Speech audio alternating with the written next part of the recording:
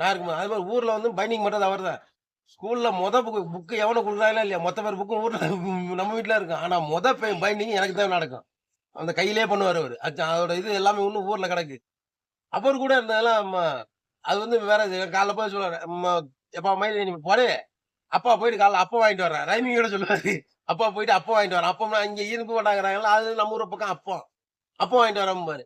சரிப்பா வா நீ ஏய்ம்மா பள்ளியாசல்லாம் தூங்குவாரு. சரி வாப்பா நான் போய் உன்ன விட்டு வர்றேன் அப்படிம்பேன். சரி வாப்பா அப்படின்னா மாமா கேட்பாரு. சேப்பா நீ என்னை விட்டு வர்ற. திரும்பி நீ வருவியா? இல்லப்பா நீ வந்து மறுபடியும் என்னை விட்டு வந்துரு. மறுபடியும் நான் உன்னை விட்டு வந்துடுறேன். அப்படிம்பாரு. நாம அது சிரிச்சுட்டே போவாரு. அது அந்த ஏதோ ஒரு இது பென்ஷன் வாங்க போனாரு. 90, 91 இருக்குன்னு நெனைக்கிறேன் அது.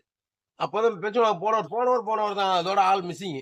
அது ஆனா, அப்போ இந்த அந்த அந்த காலத்துல வந்து நான் ரூ. 500 ரூ. 550 பென்ஷனு. அது வந்து அப்ப